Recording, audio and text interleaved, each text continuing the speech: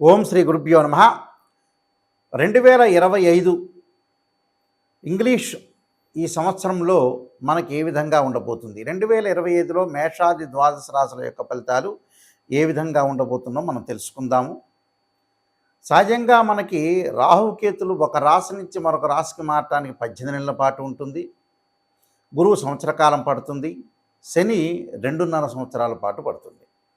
అలానే రవి, బుధ, శుక్రగ్రహాలు 30 రోజుల పాటు ఒక రాశి నుంచి మరొక రాశికి మారటం, కుజుడు 45 రోజుల పాటు మారటం, చంద్రుడు 2.5 రోజుల పాటు పడుతూ ఉంటుంది. మరి ఈ 2025లో అతి పెద్ద గ్రహాలను మనం అంచనా వేసుకునేటట్లయితే, అంటే మిగతా గ్రహాలన్నీ కూడా కొంత మార్పులు జరుగుతూ ఉంటుంటాయి, కొన్ని కాంబినేషన్స్, కొన్ని కంజంక్షన్స్ జరుగుతూ ఉంటాయి సహజంగా.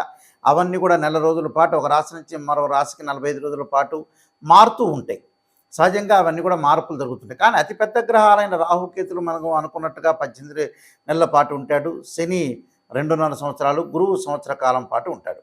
మార్చి 29వ తారీఖు 2025 రాత్రి 9:44 పూర్వభద్ర నక్షత్రం 4వ పాదంలో మీనరాశిలోకి శని యొక్క సంచారం జరుగుతుంది.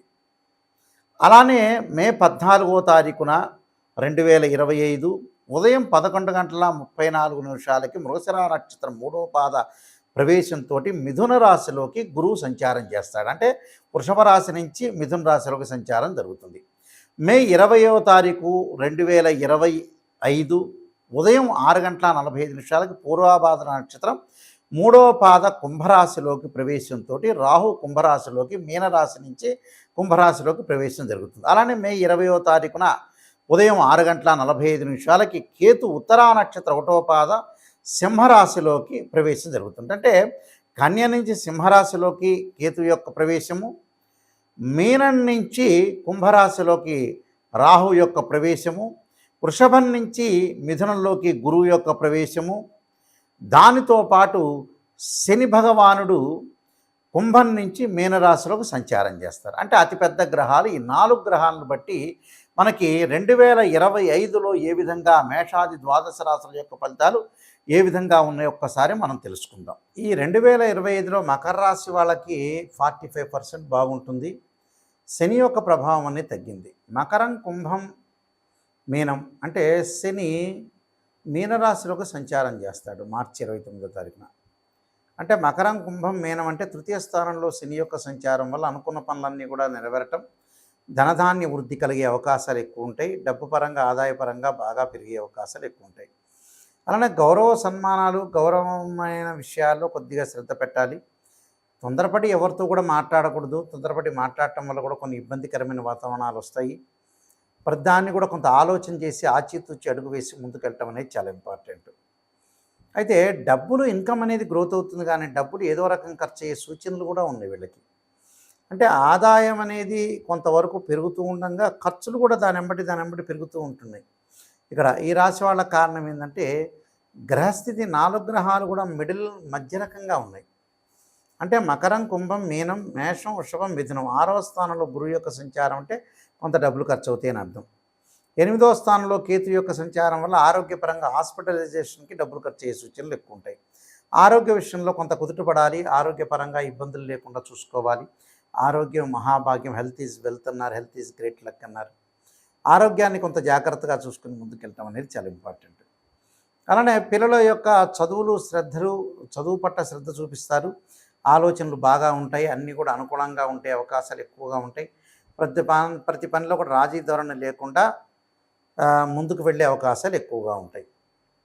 మిగతా గ్రహాల యొక్క ప్రభావం ఏంటి? అన్ని గ్రహాల యొక్క ప్రభావాన్ని మనం క్యాల్కులేట్ చేస్తేనే వీళ్ళకి 45% బాగుంటుందని చెప్పుకోవచ్చు. ఇవన్నీ కూడా గోచారరీత్యా చెప్పబడే ఫలితాలని చెప్పుకోవచ్చు.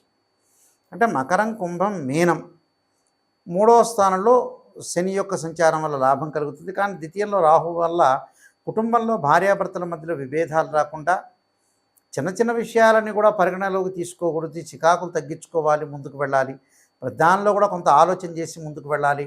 ప్రతిదానికి కూడా మనం విదేశాలకు వెళ్ళే అవకాశాలు వీళ్ళకి మెండుగా ఉంటాయి. నూతన వ్యాపారాలు ప్రారంభం చేయకూడదు. ఎట్టి పరిస్థితుల్లో కూడా ఉన్న వ్యాపారాన్ని చాలా జాగ్రత్తగా సజావుగా ముందుకు వెళ్ళాలి. వివాహం కానీ స్త్రీ పురుషులు ఎవరైతే ఉంటుందో వివాహాలు దగ్గరికి వచ్చినట్టు వచ్చి 2-3 సంబంధాలు తప్పిపోయి 3వ సంబంధం కలిసే అవకాశాలు ఎక్కువగా ఉంటాయి. ప్రతి దానిలో కూడా కొంత విజయం సాధించి ముందుకు వెళ్ళే అవకాశాలు ఎక్కువగా ఉంటాయి. అంటే ఎలక్ట్రానిక్ గూడ్స్ కొనుగోలు చేయటం ఒకటి, అలానే ప్రేమించిన యువతీ యువకులు కూడా వివాహాలు చేసుకోవటం ఒకటి, తీర్థయాత్రలు పుణ్యక్షేత్రాలకి కొంత లాభించే అవకాశాలు, పై అధికారుల యొక్క ఒత్తిడి పెరిగే అవకాశాలు ఎక్కువ ఉంటాయి. అలానే బట్టలు కొనుగోలు చేయటం ఒకటి, విలువైన ఆభరణాలు, గృహ నిర్మాణం చేపట్టాల్సిన అవసరం అనేది ఒకటి ఉంటుంది వాళ్ళకి. తల్లి తరఫున వైపు ఉండే బంధువులకు ఎక్కువగా ప్రయారిటీ ఇస్తారు వీళ్ళు. దానితో పాటు ఇల్లు నిర్మాణం చేయాలి, కొత్త ఇల్లు నిర్మాణం చేయాలి, పిల్లలకు కూడా కొంత డబ్బులు దాచిపెట్టాలని, కొంత పొదుపు చేయాలని ఆలోచనలు బాగా మేరగటం ఒకటి. స్త్రీలకు కూడా ఉన్నతమైన అభిప్రాయాలతో పాటు భర్తకి తోడుగా ఉండాలి, పిల్లలకు తోడుగా ఉండాలి, ఒక ఆలోచన సరళిలో కొన్ని మార్చుకొని కొత్త విషయాల మీద సరైన మార్గాలు, సరైన నిర్ణయాల మీద అన్వేషిస్తూ ముందుకు వెళ్తూ ఉంటారు. ఆ అన్వేషణ అనేది మంచిదే. రెండు రకాలుగా అంటే ద్వంద్వ స్వభావం బాగా ఎక్కువగా కలిగి ఉంటారు.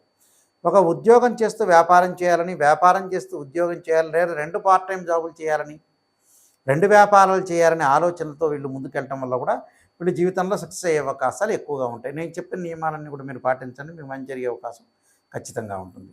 ఈ రాసుల వాళ్ళందరూ కూడా చక్కగా కొన్ని అనుసరించాల్సిన నియమాలన్నీ ఉన్నాయి. ఈ సంవత్సరం అంతా కూడా 2025లో ఈ రాసుల వాళ్ళందరూ కూడా అనుసరించాల్సిన విధానం ఏమిటి, విధి విధానాలని అనుసరిస్తే మన జీవితం అనేది ఎలాంటి మలుపు తిరగబోతుంది అంటే, వృత్తి, ఉద్యోగ, వ్యాపారం కానీ, వివాహం కానీ, అలానే ఆరోగ్యపరంగా కానీ, ఆర్థిక సమస్యలు కానీ, కోర్టు సమస్యలు కానీ, ఇలాంటివన్నీ కూడా ఇబ్బందులు కలగకుండా ఉండటానికి నేను కొన్ని ప్రత్యేకంగా రెమెడీస్ చెబుతాను. ఆ రెమెడీస్ అనేవి మీరు పాటించండి, మీకు మంచి జరిగే అవకాశం ఖచ్చితంగా ఉంటుంది. 2025లో గణపతి యొక్క ప్రార్థన చేయండి.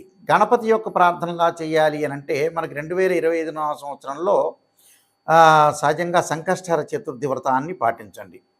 సంకష్టహర చతుర్థి వ్రతాన్ని ప్రతి నెలలో చేసుకోవటం కానీ, లేకపోతే నెలకి ఒక నెలలో చేస్తే నెక్స్ట్ మంత్ ఆపేసుకొని ఆ పై మంత్లో కానీ సంకష్టహర చతుర్థి గణపతి యొక్క ప్రార్థన, గణపతిని గకార అష్టోత్తరంతో ప్రార్థన చేయటం చేయండి. అంటే వక్రతుండ మహాకాయ కోటి సూర్య సమప్రభ నిర్విఘ్నం కురుమే దేవా సర్వకార్యేశ్వరుదా అనే మంత్రాన్ని చక్కగా చదువుకోండి. వీలైతే తత్పురుషాయుధ్యే వక్రతుండాయ ధీమహే తన్నోదంతి ప్రచోదయాత్ అనే మంత్రాన్ని చదవటం ఒకటి. గణపతి యొక్క ఆలయాలను దర్శనం చేయండి. అది ఎప్పుడు సంకష్టహర చతుర్థి రోజున కానీ, బుధవారం కానీ, హస్తా నక్షత్రం కానీ. అంటే మన జీవితంలో ఉండే విఘ్నాలన్నీ కూడా తొలగిపోతుంటాయి. ధనం కలిసి రావాలంటే, ధనపరంగా ఇబ్బందులు మీకు కలుగుతున్నాయి అంటే, ఓం యక్షాయ కుబేరాయ శరణాయ ధనధాన్యాధిపతే ధనం ధాన్య సమృద్ధిమే దేహిమే దాపై స్వహ అనే మంత్రాన్ని చక్కగా గురువారం రోజున ప్రాతకాలం చదవండి. వీలైతే ఇది నేను చదవలేను గురువుగారు అని చెప్పిన వ్యక్తులకి దేవానాంచ ఋషీనాంచ గురుకాంచన సన్నిభం బుద్ధిమతం త్రిలోకేశం తమ నమామి బృహస్పతిమని ప్రదోషకాల సమయంలో 2025లో ప్రతి గురువారం రోజున సాయంత్రం పూట చదవండి. వీలున్న గురువారాలు ఎక్కువ శాతం చదవటం అనేది నేర్చుకోండి. దానివల్ల ఏదంటే ధనం కలిసి వచ్చే అవకాశాలు ఎక్కువ ఉంటాయి. రుణబాధలు ఉన్న వాళ్ళు 2025లో ఖచ్చితంగా ఒక 1/2 కేజీ బెల్లం బుధవారం రోజున కానీ, సోమవారం కానీ దానం చేయండి.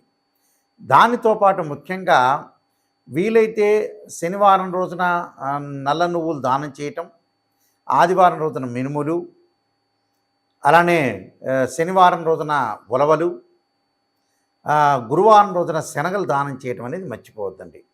చేసిన తర్వాత ఏదైనా సరే మంగళవారం వస్తుంటుంది మనకి. అంటే మంగళవారం రోజున కానీ, వీలైతే మృగశిర, చిత్త, ధనిష్ట నక్షత్రం రోజుల్లో కానీ కందులు దానం చేయండి. కందులు దానం చేయటంతో పాటు చక్కగా కందుల్ని ముందు రోజున నానబెట్టి ఆవుకు పెట్టడం అనేది కూడా నేర్చుకోండి. అలానే వాహన ప్రమాదాలు ఇవన్నీ కూడా కలగకుండా ఉండాలంటే ఖచ్చితంగా సుబ్రహ్మణ్య స్వామి యొక్క ఆరాధన చేయండి. తత్పురుషా విద్యే మహాసేనాయ ధీమే తన్నో షణ్ముఖ ప్రచోదయాత్ అనే మంత్రాన్ని చక్కగా చదవండి. కోర్టు సమస్యలు కూడా మీకు పరిష్కారం జరిగే అవకాశాలు ఖచ్చితంగా ఉంటాయి. అలానే వివాహం కాని స్త్రీ పురుషులు ఎవరైతే ఉంటారో వాళ్ళందరూ కూడా తప్పకుండా సీతారాముల యొక్క కళ్యాణంలో కానీ, శివపార్వతుల యొక్క కళ్యాణంలో కానీ పాల్గొనండి. అలానే శ్రీ వల్లీదేవి సమేత సుబ్రహ్మణ్య స్వామి యొక్క కళ్యాణంలో పాల్గొంటే కూడా మీకు కళ్యాణం జరిగే అవకాశం ఖచ్చితంగా ఉంటుంది. దీనితో పాటు విద్యార్థులు ఖచ్చితంగా విద్యలో వెనకబడి ఉన్నట్లయితే దక్షిణామూర్తి స్తోత్ర పారాయణం చేయండి. అలానే సరస్వతీ దేవ ఆలయాన్ని సందర్శన చేయటం అనేది మర్చిపోద్దండి. అంటే ఇవన్నీ కూడా ఆరోగ్యపరంగా ఇబ్బందులు కలిగే వ్యక్తులు కూడా శరీరే జర్జరీభూతే వ్యాధిగ్రస్తే కలేబిరి ఔషధం జాహ్నవీతూయం వైద్యో నారాయణ హరి అనే మంత్రాన్ని చక్కగా చదువుకోండి. నువ్వుల నూనెతోటి శివుడికి అభిషేకం చేయండి. చేస్తే కూడా ఆయు ప్రమాణం పెరిగే అవకాశం ఉంది, ఖచ్చితంగా ఉంటుంది. అలానే ప్రతి విషయంలో కూడా ముందంజలో ఉండాలంటే ఖచ్చితంగా కొన్ని నియమాలనేవి పాటించండి. ఆ నియమాల్లో ముఖ్యంగా నేను కొన్ని విషయాలు స్పష్టంగా తెలియజేస్తున్నాను. అవన్నీ కూడా మీరు పాటించి ముందుకెళ్తే మీకు మంచి జరిగే అవకాశం ఖచ్చితంగా ఉంది. ఇలాంటివన్నీ కూడా మీకు అన్నీ కూడా దోషాలన్నీ తొలగిపోవాలంటే ఖచ్చితంగా ఏదైతే మీకు బాధలనేవి ఉంటాయో ఆ బాధలన్నీ కూడా తొలగటానికి ప్రత్యేకంగా నేను ఒక పుస్తకాన్ని రాశాను. అది రాజమండ్రి మోహన్ పబ్లికేషన్ వాళ్ళు బృహత్ పరిహార సింధు అని మంత్ర యంత్ర తంత్ర రెమెడీస్ అనే పుస్తకం ఉంది. ఆ రెమెడీస్ అనే పుస్తకంలో చక్కగా మీరు అన్ని మీకు ఏదైతే ఈతి బాధలు అనేవి ఉంటాయో రకరకాల ఆరోగ్యపరంగా కానీ, ఉద్యోగపరంగా కానీ, వివాహపరంగా కానీ ఇబ్బందులు కలిగిన వ్యక్తులు ఎవరైతే ఉంటారో వాళ్ళందరూ కూడా చక్కగా ఆరోగ్యం పెంపొందించుకోవాలి, ధనం కలిసి రావాలి, పిల్లల యొక్క పెళ్ళిళ్ళు కావాలి, చదువులు ఉండాలి, రకరకాల సమస్యలు మనుషులు బాధపడుతూ ఉన్నారు.